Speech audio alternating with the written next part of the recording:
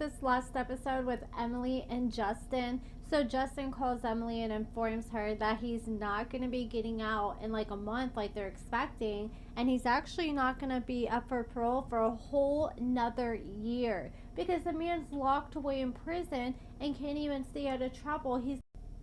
Justin is freaking out because it doesn't sound like he's too confident that he believes that Emily's going to stick around for the next year. And she's like, no, baby, it doesn't matter how long you have. I'm going to stick by your side and I'm going to be there. So then Justin asked Emily if she was willing to get married. And she's like, she really didn't say much to him. But she ended up saying, like in a confessional, that she really doesn't want to rush getting married yet. She just already has so much else going on. And I think it would be really dumb for her to rush and get married again because, as like I said in my last video about Emily, she's been married twice already. And after I looked into her background, both of her marriages were both rushed, and if she would have just kind of like wrote it out a little longer and tried to get to know these people better, then she probably would have realized they weren't husband material, but she still like moved forward with the marriage regardless. So I really hope she at least tries to take her time with Justin and pushes that back. Also, fun fact about Emily, she worked as a corrections officer. She started working as a corrections officer 2 weeks after she gave birth to her son, but she eventually quit working as a CEO. She said it was like really physically taxing, but I thought that was interesting given that she's now dating an inmate. And the ex was coming out and trying to say that Emily was trying to send paperwork up to the jail trying to get married to Justin, but it's looking like that was more Justin's idea, at least from what we've seen in this episode.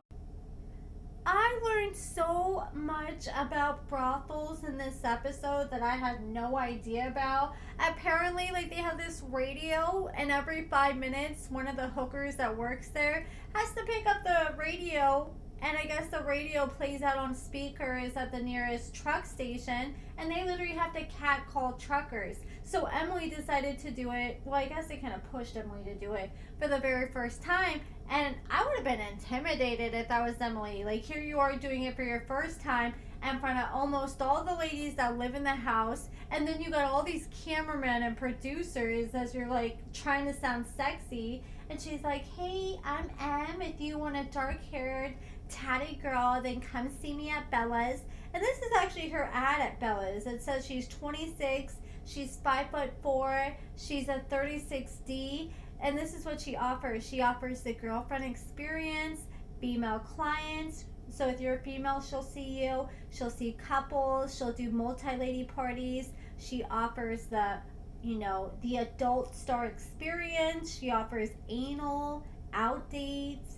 And she says, I'm Emily, and I want to know all your sexy kinks and dark desires. She said that she wants to have you book with her, and she said she's willing to do anything. Like, you can come see her there. She's willing to go out to a romantic dinner, or if you want to whisk her away and go on a nice vacation somewhere, she's up to doing that as well.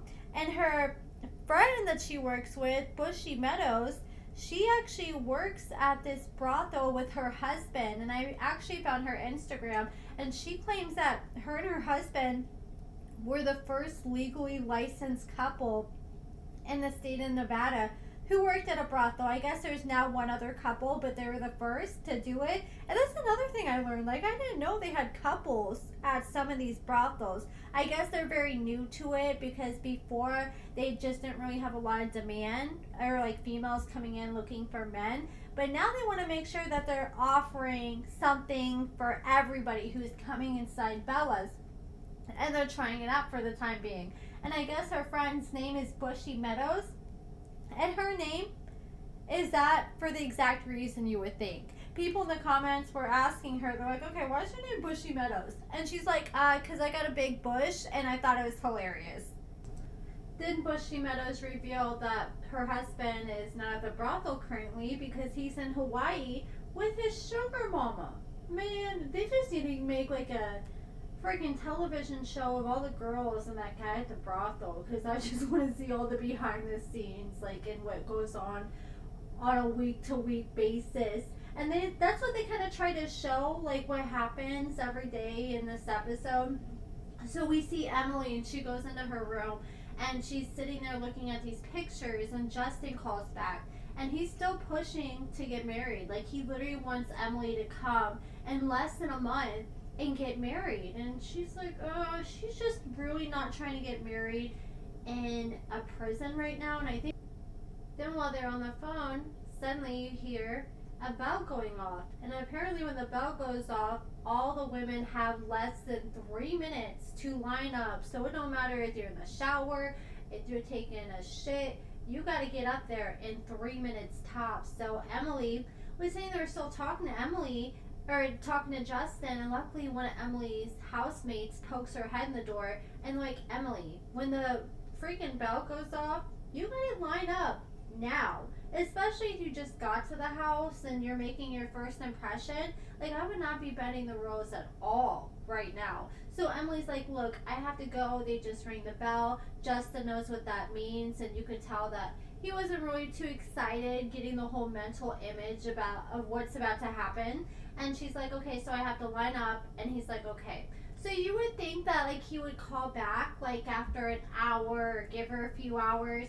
But no, she literally lines up and he calls back literally just a few minutes later. Like, didn't she just tell you she's lining up? Like, you don't gotta talk to her every 5 minutes. Like, if I'm gonna do something real quick, I want somebody to at least give me like 30 minutes, an hour before they call me back, especially if I'm working.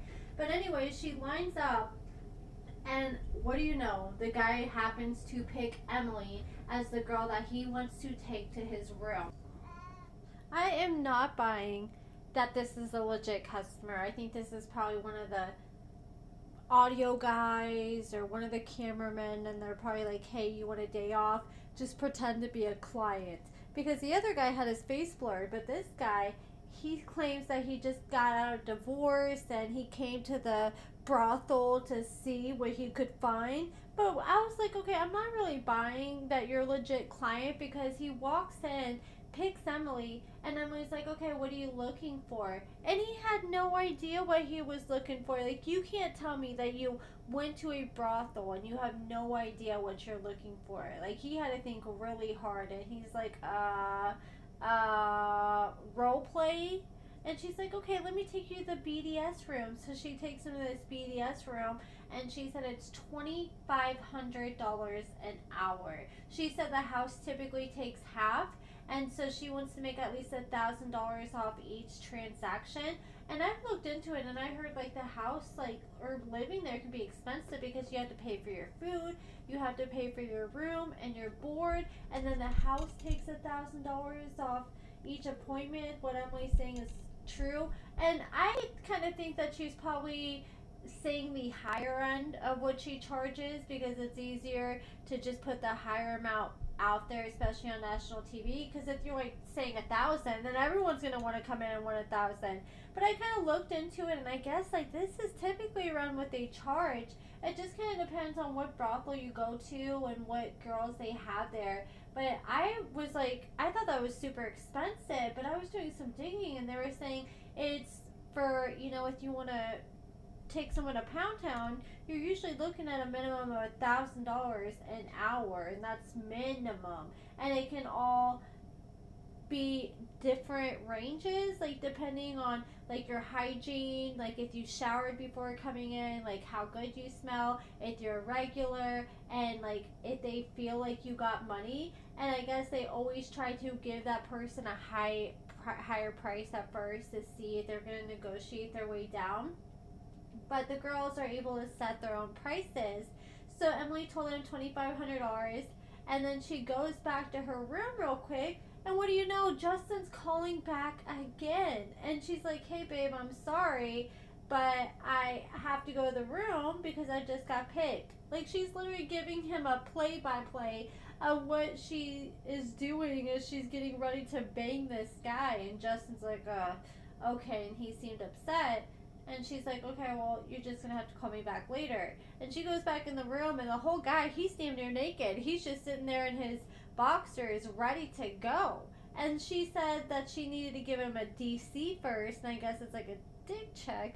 And I guess the girls at the brothel, when I was doing research, they all have to be tested and make sure that they're STD free. but they don't test the guys that go in there. They just like do a quick little look at their penises, and they like rub them down and make sure they don't feel no bumps or lumps or anything concerning.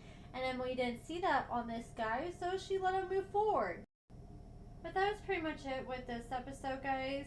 I made a video a few days ago exposing Emily's last marriage, which was very toxic, and there was a lot of receipts that were exposed of Emily and between Emily and her husband at the time. So check out that video from a few days ago if you haven't seen it already. But I'm going to be doing a few more follow-up videos here in the next day or two, because there's still a lot more that I came across that I need to cover. Things that Emily said, her talking about her first marriage, her just talking a lot about her past that I just feel like was glossed over on the show. I'm surprised. Like, usually we hear like cast members that they've been married before, or they'll like briefly touch on their past relationships, but with Emily they just kind of jumped right past all that. But that's it for this video, guys. Let me know what you guys think about everything in the comments below, and thank you so much for watching.